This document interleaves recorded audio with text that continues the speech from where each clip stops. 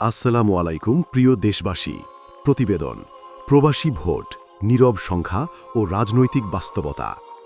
সাম্প্রতিক প্রবাসী ভোটাভুটির ফলাফলে একটি বড় প্রশ্ন সামনে এসেছে।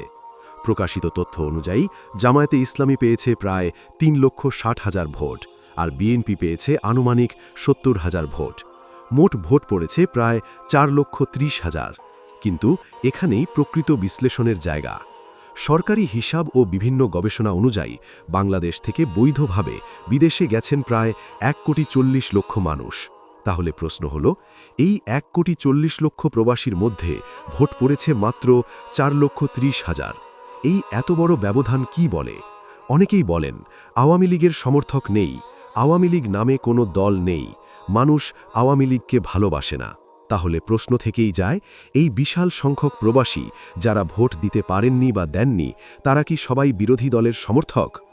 রাজনৈতিক বাস্তবতা বলছে সব সমর্থন ব্যালট বাক্সে ধরা পড়ে না। অনেক সময় নীরব সমর্থনই সবচেয়ে বড় শক্তি। এই প্রবাসী ভোটের পরিসংখ্যান দেখলে বোঝা যায় আওয়ামী লীগের পক্ষে একটি বড় নীরব সমর্থনের ধারা দেশে ও প্রবাসে বিদ্যমান, যা সরাসরি ভোটের সংখ্যায় প্রতিফলিত হয়নি। কারণ আওয়ামী লীগ শুধু একটি রাজনৈতিক দল নয়, এটি বাংলাদেশের মুক্তিযুদ্ধ, স্বাধীনতা ও রাষ্ট্রীয় চেতনার পক্ষের দল হিসাবে অনেক মানুষের কাছে বিবেচিত। সবাই বুঝবে এমনটা আশা করা বাস্তবসম্মত নয়, কিন্তু যে বোঝার সে এই ১,৪০,০০,০০০ বনাম ৪,৩০,০০০ সংখ্যার ব্যবধানের ভেতর দিয়েই রাজনৈতিক বাস্তবতা পড়ে নেবে।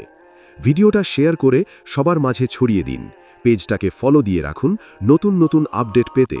সত্যের জয় হবেই ইনশাল্লাহ।